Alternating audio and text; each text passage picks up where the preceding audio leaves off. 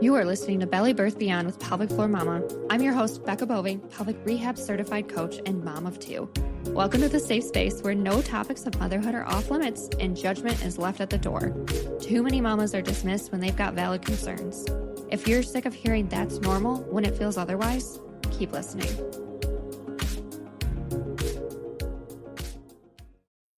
Welcome back, Belly Birth Beyond. I'm really excited. We have a guest here today. And as you know, this whole season is kind of about changing the experience through pregnancy, birth, postpartum, and just kind of hearing other people's experiences as well. So this other fellow birth professional is going to share a little bit about her story and how she helps her clients and her moms just have better experiences. So this is Maggie. I'll let her kind of introduce herself and share what she does. Thank you so much, Becca, for having me. And my name is Maggie Yount. My business is Whole Healthy Mama, and on Instagram, I'm Whole Mama Fit. I coach pre- and postnatal corrective exercise and teach Birth Smarter childbirth education classes.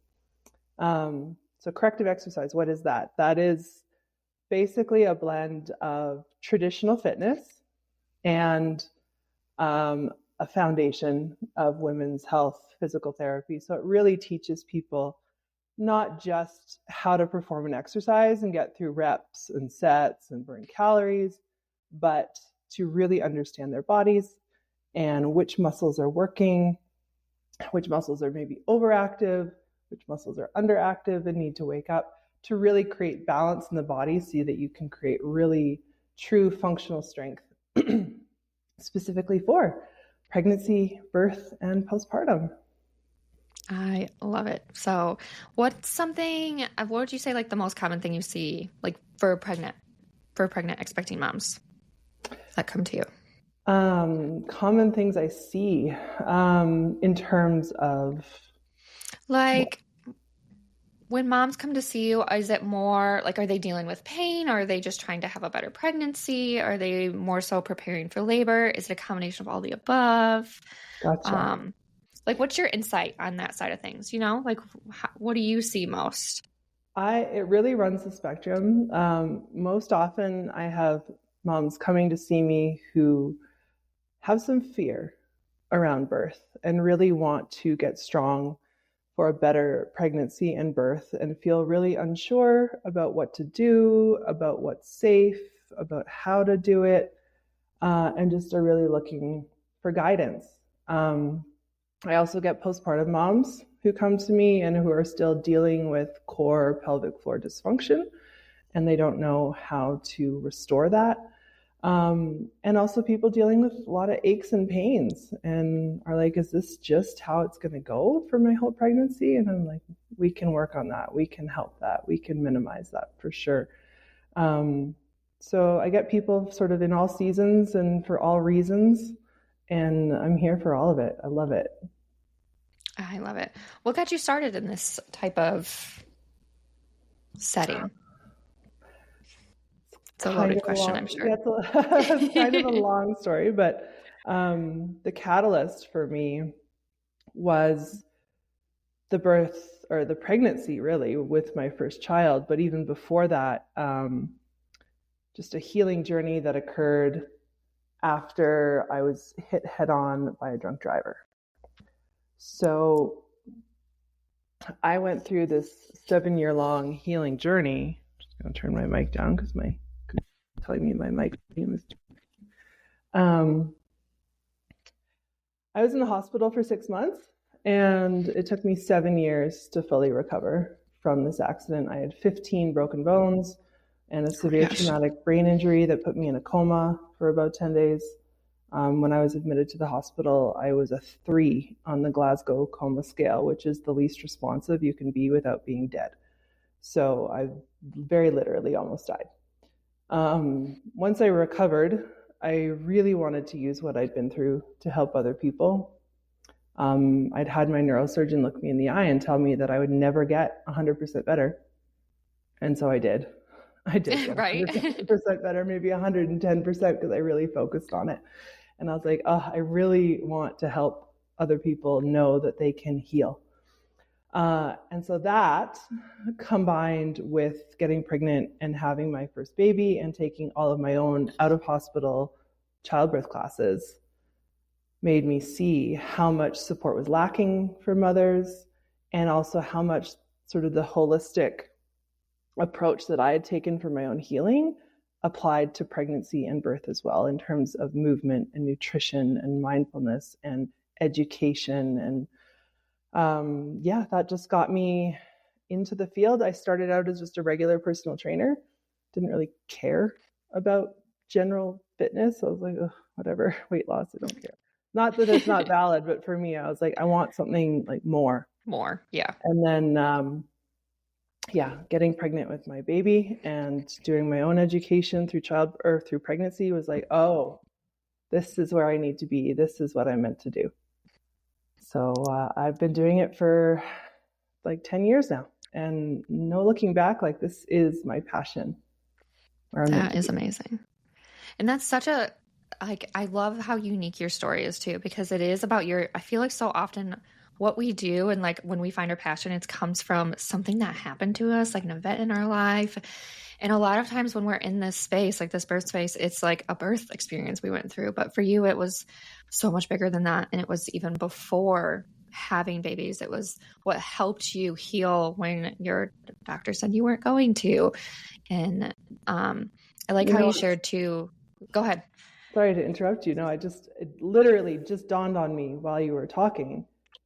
It was my own rebirth after that accident. And I actually have this tattoo on my arm, which you can't really see, but it's a phoenix. Okay. And, yes. So it wasn't the birth experience of my child, although that played a part. Yeah. It was my own rebirth of coming back, of refusing to die and healing, and then wanting to support other people using that experience. And I went to journalism school. I was going to be a reporter. I was going to go overseas and like report on stuff like what's happening in Ukraine.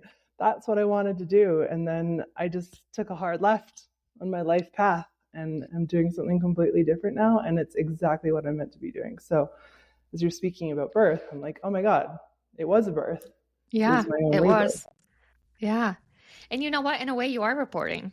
You're like reporting, like you're sharing all the misconceptions and like myths surrounding like pregnancy, birth, postpartum. Like you were talking about how so many people have fear and just uncertainty of what you can do and what you can't do.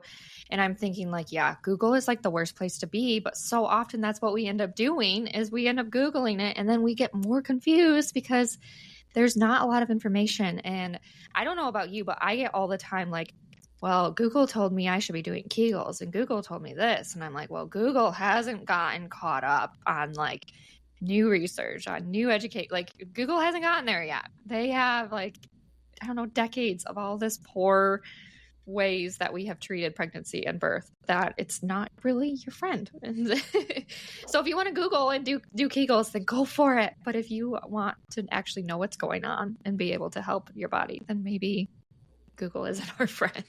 I think the problem, like we all have a desire for knowledge and to feel like we know what we're doing. And Google is great. There's tons of great information online. Yes. You have to know how to research, how to identify a reliable, like valid source of information, how to read a study. It's a lot. Like it is so much. And when you're Googling too, you're also just getting these little pockets of information with zero context. And you don't really know how that's going to apply to you and your body and your situation, especially if you're going into it not really knowing yet even what you need. That's a huge piece, is not knowing yet what you need. Because so often we don't know. So often moms think, oh, the pain during pregnancy is normal. If you're peeing yourself, it's normal. You know, if I'm being pushed into an induction because my provider doesn't want to work on the 4th of July, that's normal, you know. But it's like having that education and the understanding surrounding just your body, even knowing how your body works. How many moms do you have to teach? Like, what your pelvic floor actually is and how it actually functions. Like, and who does quote unquote, well, I call them pelvic floor contractions because no one knows how to do a Kegel. So it's like, how many people do you have to just teach about Every their own single one. body? Every single Exactly. one. Yeah. Nobody comes to me already knowing all the things. And I ask everybody, like, do you know what a Kegel is? Most of them say, kind of. And I said, if you were to tell your best friend how to do a Kegel, like, how would you tell them how to do it? And I get a whole bunch of different answers, but always it's a very like superficial description of what's needed to recruit the whole pelvic floor. And so often we're told like, oh, you just like think about stopping the flow of urine when you pee. I'm like, well, that's part of it. But then I show them my pelvic model and I'm like, look, you have this outer layer of muscle and there's your urethra and your vagina and the anus. And then inside you have this mid layer of muscle, and then you have a third inner layer of muscle, and they attach to your pubic bone, your tailbone, your sits bones. And all of that needs to engage and recruit and contract together in order to function in an optimal way. And then not just contract, but release and let go and let down as well. Yes. So we Do teach it. you find during pregnancy that you have to teach more of that relaxation a little bit more often than that like recruitment because it's potentially like 100%. stuck in that like tense or tight state? Yeah. I should also tell your listeners, I actually live in Bozeman, Montana, and I'm not local to you, Becca, but we have a very active community here. People who love to be outside, who hike, who ski, who mountain bike, like just crazy athletic people, which is awesome. Yeah, it's amazing. With that comes some very tight pelvic floors. And especially as women, just like any muscle in your body, you can hold tension in your pelvic floor muscles. And especially as women who are told to make ourselves smaller and suck in our tummies all the time and just like shrink, shrink, shrink, that makes us want to be tight, tight, tight. And that does not help the pelvic floor. So yes, we do a lot of work on, okay, how the breath influences the core, but the pelvic floor too.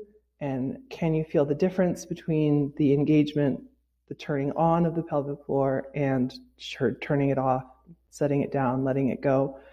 And then towards the end of pregnancy, we do just like a tiny, tiny little bit of push prep where I get them to feel what it feels like to bear down slightly. And I don't do a lot of it. We do it like one time because I don't want to exacerbate any like prolapse symptoms, but just so that they can feel the difference. Yeah, and it makes a big difference too, because that's something too that people don't. You can share your experience on this. Is so often we don't know how to push. I remember even being. I mean, I never made it to the pushing with my first child, but with my second child, even I was getting closer to 10 centimeters, and I'm like, and I had practiced pushing. Like I had known, like, okay, this is what we do. I was already kind of in the space of pelvic floor, but wasn't fully in like the pregnancy space of pelvic floor fully as I am now. And I'm like, how do I push? What am I supposed to do when the time comes, you know? And they're like, oh, you're going to hold your breath and you're going to bear down and you're going to count to 10. And I'm like, okay, but that doesn't seem right. And I remember it took probably 45 minutes to an hour of me changing positions and thinking the position was wrong before I was like, just stop talking, stop doing all of the things. This is so wrong. And when I just took a moment and started breathing, my baby dropped and she was born within 10 minutes. And There I was you like, go. and that's what I teach moms. Like, I don't know if you get that same thing, but especially maybe if you have moms who didn't get to be with you during pregnancy, maybe they see you postpartum. I don't know if that's something that you do.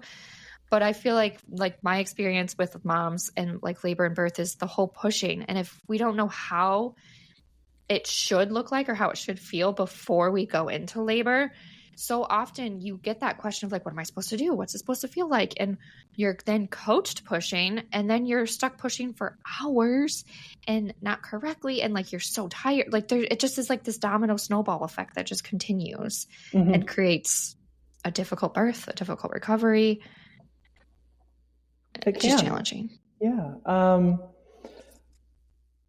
I think the hospital model, the medical model, is so focused on intervention and doing things to facilitate birth rather than trusting that birth will unfold and work as it's designed.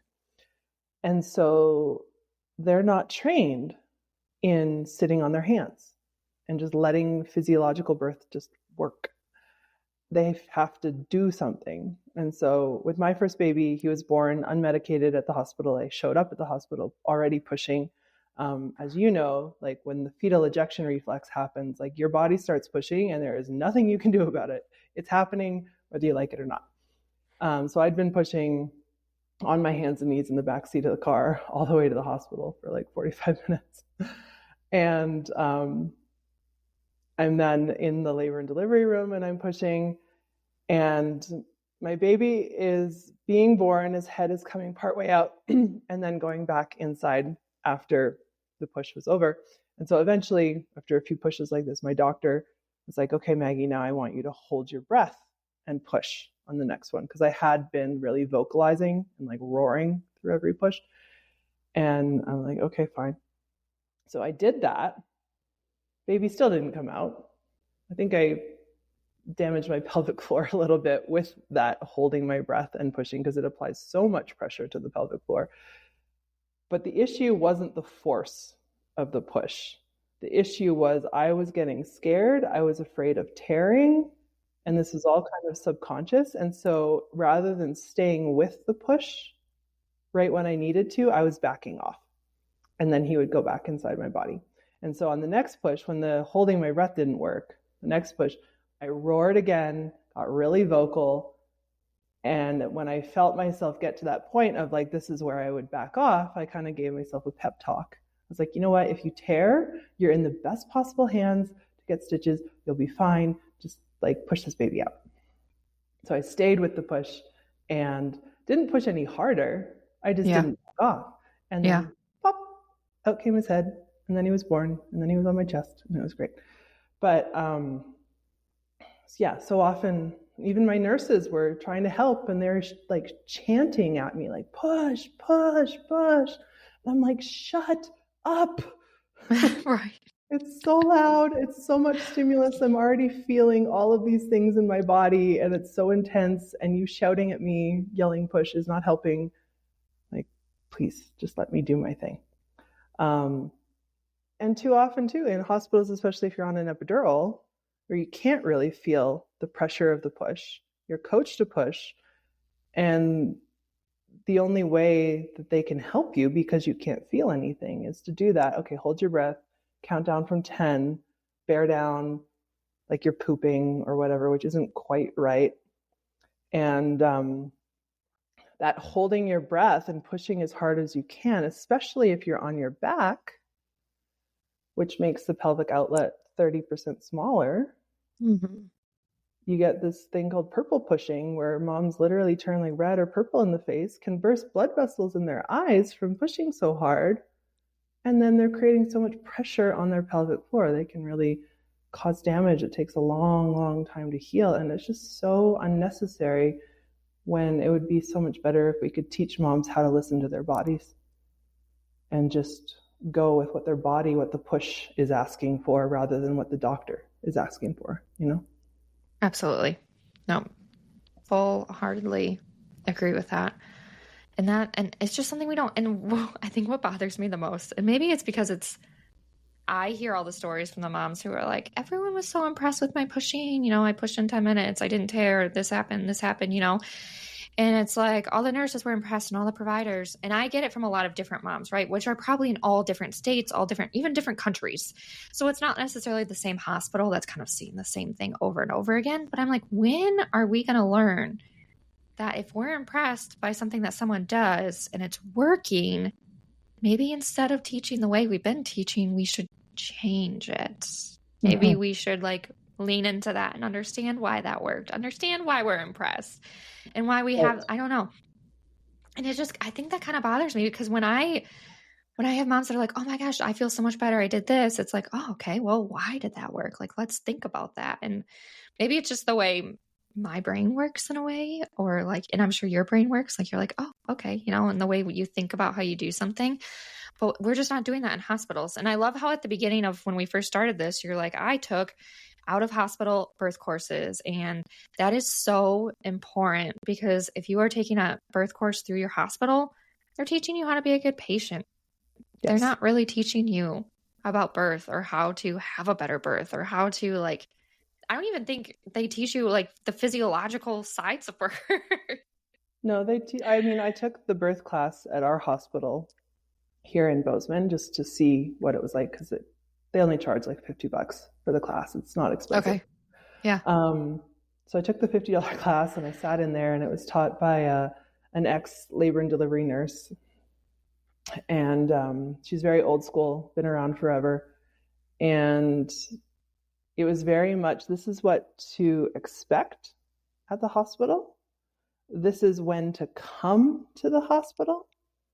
There was nothing about how to have an empowered birth on your own terms and listen to your own body. So it was really enlightening to sit in on this class, especially having taken so many fantastic classes when I was pregnant. I was pregnant and had both of my babies in San Diego. Okay. I had an amazing provider down there. So I was really privileged to benefit from an amazing network of birth care providers, doulas, etc. And then seeing what the hospital was offering, it wasn't bad. It was just not enough, not even close to enough. Yeah. And you said something that triggered a thought for me, but now I can't remember what it was. So if it comes to me, I will speak up. But it's just so important to get educated about what your body is capable of, that birth works really well if you just leave it the F alone most of the time. It's physiological, it's not pathological, right? Being that pathology is like something is bad, diseased, and physiological is natural, like breathing, digestion, etc. And so, yes, I coach fitness, quote unquote, for pregnancy and postpartum, but really tried to sprinkle in as much education into my sessions as I could. And I realized that wasn't enough because there's so much to learn. So that's why I became a certified Birth Smarter childbirth educator, because I was like, I need to be able to teach a class. And so I'm offering those classes now in Bozeman, which is fantastic. And part of that is we learn, or I teach, the physiology of birth, the anatomy, the hormones, how it all works together, this beautiful feedback loop that happens during labor as your cervix softens and the uterus contracts and your body just works so well. And then we talk about comfort and coping, positions and techniques so you can deal with any discomfort that you're feeling. And then we talk about push prep and preparing the pelvic floor for birth to really give people a solid foundation to draw from when they go into their birthing day. Yeah, absolutely. Having more tools in your toolbox that you can keep pulling from. 100%. Yeah. And I feel like the more you know, the less anxious and nervous and fear you have, because there's not as much unknown anymore. Yes. And that unknown, I think, is what's scary. Right. And then you don't want to get into that fear, tension, pain cycle. Mm-hmm. And when you know more and you can trust your body, trust the process, and kind of just go with this flow, even as it's building and getting more intense and you're working harder and harder, just knowing that this is going exactly how it's meant to, it's okay, I am safe, then your levels of pain are so much lower because you're able to stay relaxed. But if you're scared, you get tense. And when you're tense, everything hurts more. Everything hurts more and you slow things down. Yep.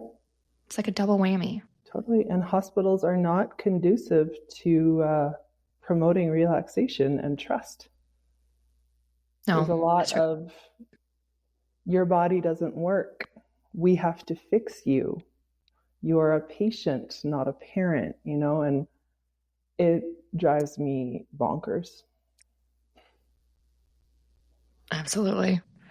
Well, and it's like, you're not progressing fast enough. This isn't happening fast enough, and that's when intervention takes place, Okay, get the pit out. Pitocin, let's go. Mm-hmm. Maybe you need an epidural now because we got the Pitocin out. Now your contractions are harder and more intense. And now your baby has distress because we got the Pitocin out, and now we're increasing the strength of our contractions.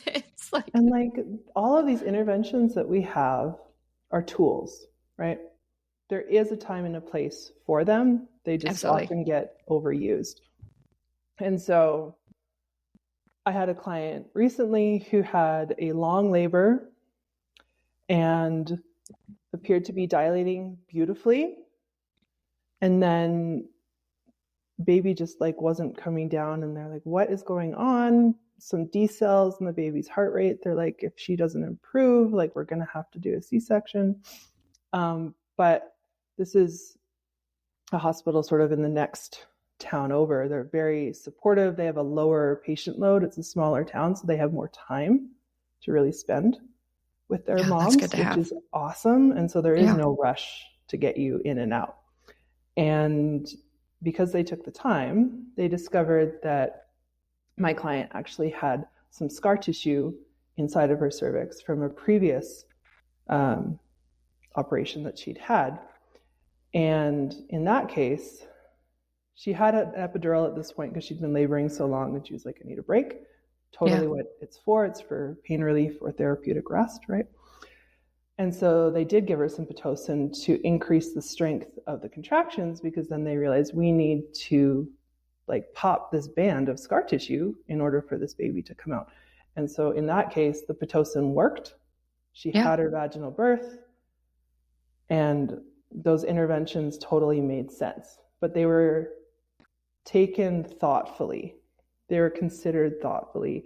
The provider, the mom, everybody made a very empowered, educated decision about what to do, rather than, oh, this is taking too long. We got to hurry up. I want to get home for dinner. You're right. Right?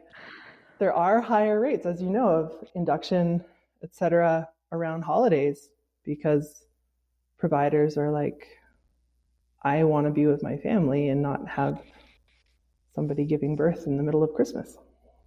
Yeah. And okay, so we're recording this, and next week is 4th of July. And so obviously this 4th of July will have passed when this comes out. But I had a mom last week go, they're already talking about an induction because my due date is right around 4th of July. Mm-hmm. She's like, so give me anything and everything that I can do just to just feel better, And she's like, I think she did have a cervical check, and she was, X amount of centimeters dilated. And I was like, just because you're that many centimeters dilated doesn't mean things are going to happen. You could be there for another 2 weeks, or you could have your baby tonight. Anything is possible. And then it was also that talking through, do you want an induction? Is that something is it a medically necessary? Is it something you want? Because if it's something a mom wants, who am I to say? I'm just there to support them and help them through it, as long as it's their decision. Which I feel like it does happen throughout the community and things like that. And there's been some moms who have had amazing inductions, and there's been some moms who have not had amazing inductions too. Right. Mm-hmm. But as long as you're making those decisions and you're feeling comfortable and it's your decision, and then I think that makes a difference. But I'm already it was we're 2.5 weeks away from the 4th of July when she was messaging me, and they're already just so you know, we might have to get an induction on the books. And she's just like, what if I go past 40 weeks? What if I go to 41 weeks? What if I go, And I'm like, yeah, you might not even go the 4th of July. You might go the week after. My second baby was due June 25th, and she didn't come until July 2nd. It's, you just don't know. It's like an educated guess. And I think it's so important for moms to, especially first-time moms, the average to go into spontaneous labor is 41 and a half weeks. Yeah. It is totally normal to go past 40 weeks. It's totally normal to go past 41. Your baby is going to come when your baby is done developing and is ready. And your body knows how to do that. Your baby knows how to do that. Like, your baby is a freaking genius. They are so smart. They are. Yeah, they are. And They're born with what they need. yeah. I mean, just the way that we know how to breathe, and our heart knows how to pump, and our gut knows how to digest food, our body knows how to birth. So why would we mess with that unless something goes sideways and then you need a little bit of assistance to get the outcome that you want? But if everything is working and everything's healthy, good. And then even like all this rhetoric about, oh, like the placenta is going to stop working or whatever. The doctors can see that. You know, you can do tests like non-stress tests to make sure baby is okay. And then they can actually see on ultrasound if there's calcifications happening on the placenta showing that it's struggling. They know. And so there's so many more options, I think, that parents need to know exist that your provider is probably not going to just offer to you. Yeah, those further like confirmations of what's actually happening and things like that. And I think this brings me to two different things. The one that just came to me is like the whole, oh, your baby's big, so it's not going to be able to give birth, blah, blah, blah. No, that doesn't really happen. I think the biggest reasons why like shoulder dystocia and baby getting quote unquote stuck and things like this happens is because, one, if you're having pregnancy pain, there's an imbalance within your muscles and your body that is creating this pain. Mm-hmm. And it's telling you like, hey, I just need some support. I just need like some help here. You know, something's just not, the muscles aren't working right. It doesn't mean your baby's not okay. It doesn't mean anything like that. But this can lead to baby being in a position that's not necessarily ideal for labor and birth, which can lead into baby getting stuck or having issues with this, which can also lead into like, what are we doing during birth? Like, are we stuck on our backs? Are we able to move? Are we pushing appropriately? Because there's all these other things that we need to take a look at when we're talking about shoulder dystocia, baby being too big, pelvis being too small, because I think people don't realize that your pelvis cannot be like diagnosed as too small until you are in active labor, fully dilated, ready to push, hormones are going, like, because that is when your pelvis moves and can adjust and you have even more mobility because those hormones are helping create more of that mobility. So if you're sitting there at 38 weeks and your provider tells you your pelvis is too small, but you've never even gotten to the point of being able to push, that's not the case. Like, your pelvis moves. It's a mobile entity. And I think that is like, it's like a way to fear monger with moms. Absolutely. Granted, I don't just mean like go give birth and risk shoulder dystocia and laying on your back and having all these things happen. It's about educating yourself so you can prevent that from happening. Absolutely. I mean, I had a first time mom. Well, she was a second time mom, but her first baby did get stuck. She had shoulder dystocia. She had quite an experience if you hear her first birth story. She came to me with her second baby. She gave birth to an 11-pound baby at home at like 41 and a half, almost 42 weeks pregnant. Yes. No tearing. I'm just going to throw all that out there. She did not tear. Yeah. So it's like, and she's little. Like this mom is not like a big mom by any means. She's little. And I'm like, or average, I guess you can say. I don't know what people think is, but, and it's like, your body can do it. But then I also have moms who message me who are like, I gave birth to like a 6-pound, 1-ounce baby and stuck in shoulder dystocia and this, and like in episiotomy and a vacuum and like all these things. And it's like, it's not your fault if your birth didn't go how you expected or your birth ended traumatically or in a different experience. It's not your fault. Nope.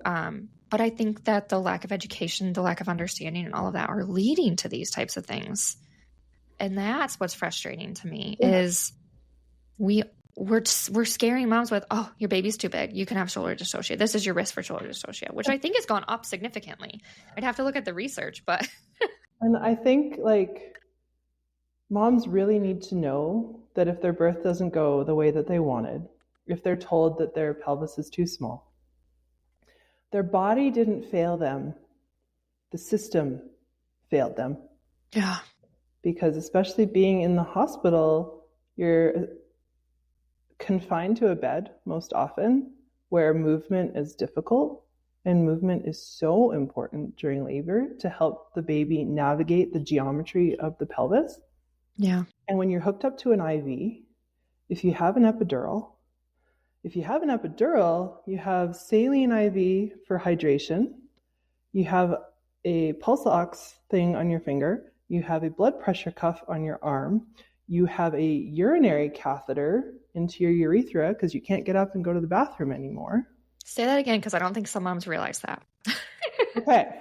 If you have an epidural, you are connected to a saline IV for hydration. You have the epidural catheter in your back, taped to your back, that's going to another IV bag with the medication that's going into your back.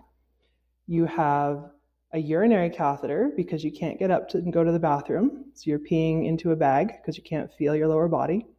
You have a pulse ox on your finger. You have a blood pressure cuff on your arm. And then, oh yeah, you're connected to the monitors too. So you've got a monitor on your belly to monitor your contractions and a monitor lower down to monitor baby's heart rate. This is a lot of stuff and cables and wires and tubes that you're suddenly connected to. So if you want to move and you need to move during labor, you also have to navigate moving all of these things. If you turn over, if you get up on your knees, and it's possible. It is totally possible, but you need to have the support. Your nurses need to be helping you. Your doula needs to be helping you. Your partner needs to be helping you. Be prepared for that. If you're like, oh, I'll just get the epidural, it's fine. Like, just know that it's a lot. It's not just, oh, I'll get the epidural and I can like do whatever I want. And like, no, you're connected to all of these things. And know that if you do get an epidural, you can move. Yes. Even if your provider's telling you not to. I actually just had a mom in the community tell me that she was talking about, again, planning ahead, talking with her provider about expectations of birth and making sure that the communication is clear and just having an understanding of what the provider is going to be like during birth. And she made a comment about using like a stability ball to be on like hands and knees and like lay across the stability ball with an epidural. And he's like, it's not safe. You can't do that. I'm like, whoa. Can you change providers? Is it too late? I don't think it's ever too late, but I'm like, that is a red flag. Like that already tells me this is not going to be a good situation. And you are going to have to arm yourself with and I don't think she has a doula either. I'm like, we need to talk about this because it's just so challenging navigating the hospital system and just being able to advocate for yourself and having your partner to advocate for yourself. And I think a doula is so invaluable. Like, I think they're amazing and they're great tools. I wish everybody could have a doula with them. I know it's not necessarily the case. I know like financially or just where you are, there's so many factors that go into that. But if you've ever thought about it, I think that's really important. If you can afford it, I think a doula should be an essential thing as a part of your birth. But yeah, not everybody can afford it. Here in Montana, we're actually, the state legislature, I think just passed something that would allow doulas to be covered by Medicaid. Oh, wow. Which would be amazing. Yeah, that's amazing. Doula friends of mine here in town have been working on that. My state senator from my like local area, she's been working really hard on that, and I think that passed. So I don't really know when that's going to like go into effect, but that would be huge for low-income folks to be able to afford a doula. Yeah. Well, because we were also talking before we came on here live about just the effects of if your birth doesn't go the way you plan, right? That's been happening a couple times around here, whether they've been in the community or not. I go through trends, and this is our trend right now, is kind of processing a birth that didn't go how you expected it to or didn't go how you wanted it to. And we were kind of talking about how that affects not just the mom, but like the baby as well. Mm-hmm. I'd love for you to share that side of things. Part of what makes me so passionate about what I do in this work, I have not experienced major birth trauma myself, but because of my accident when I was in my early 20s, being hit by a drunk driver, I definitely understand capital T trauma, dealing with PTSD. Yeah, it's it's a lot. And I am just so passionate about helping moms and their babies have a better experience, better outcomes, because that birth experience is sacred and will impact not just the mom, but also the baby for the rest of their lives. And we know so much more now about epigenetics, which is how our environment and our lifestyle and our diet and everything impacts our genes, turns our genes on or off, and that will impact health for a lifetime. And there's rising rates of chronic disease in children. And I think if the birth is scary and traumatic and an emergency, that's not impacting just the mom. The baby is feeling all of those stress hormones too, and it's going to impact them. Whereas if the birth is loving and safe and peaceful, that's going to set both mom and baby up for an easier time bonding, figuring out life together, and just moving forward into this new journey together. And ever since I was in high school, I wanted to do something that was going to change the world. Like, I want to make the world a better place. And initially that looked like me being like a war correspondent or something. But now I'm like, this is how we change the world, by improving birth, by improving the experiences for these babies and the moms too. Because if mom is traumatized, that's going to impact her ability to parent. And if baby is traumatized, they don't know what's going on. Their very first experience of being out in the world, earthside, is scary and traumatic, and maybe involves separation from mom because they have to go to the NICU.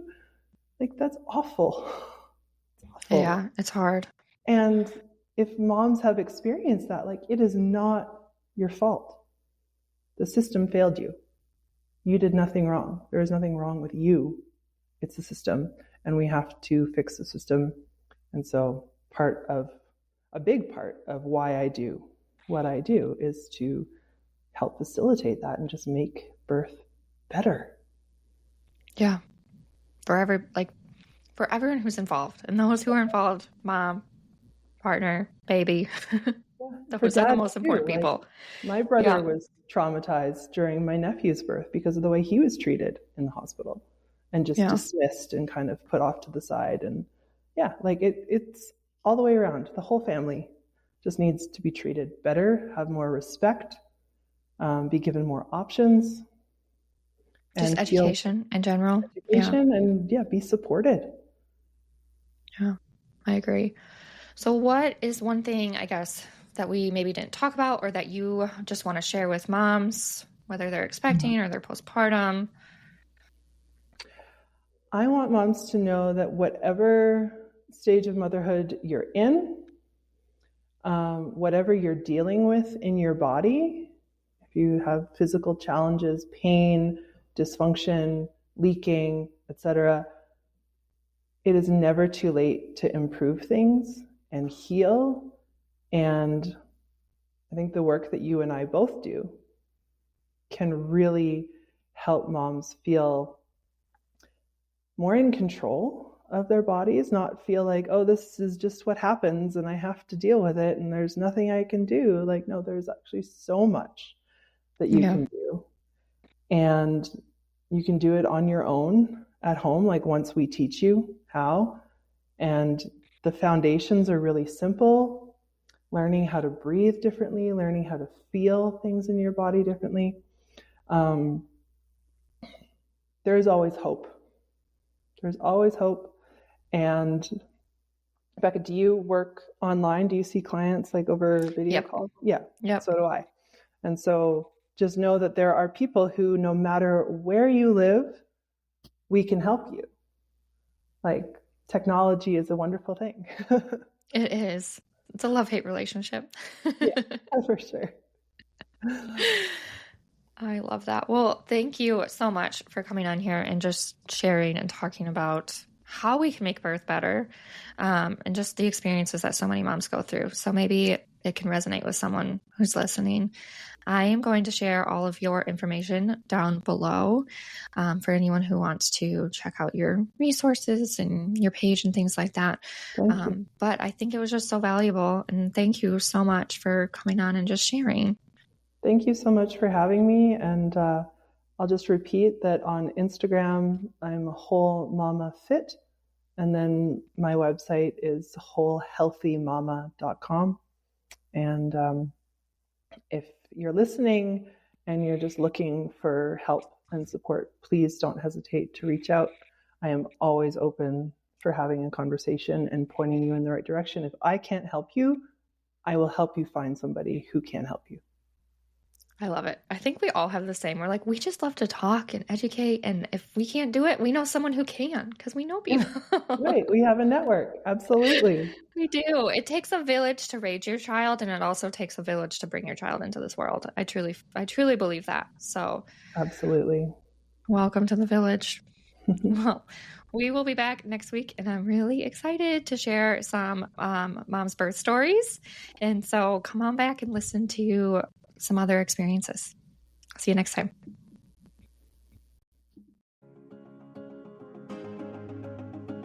Nothing is TMI when it comes to motherhood, and common doesn't necessarily mean normal. Always trust your gut and never stop advocating for the care you deserve.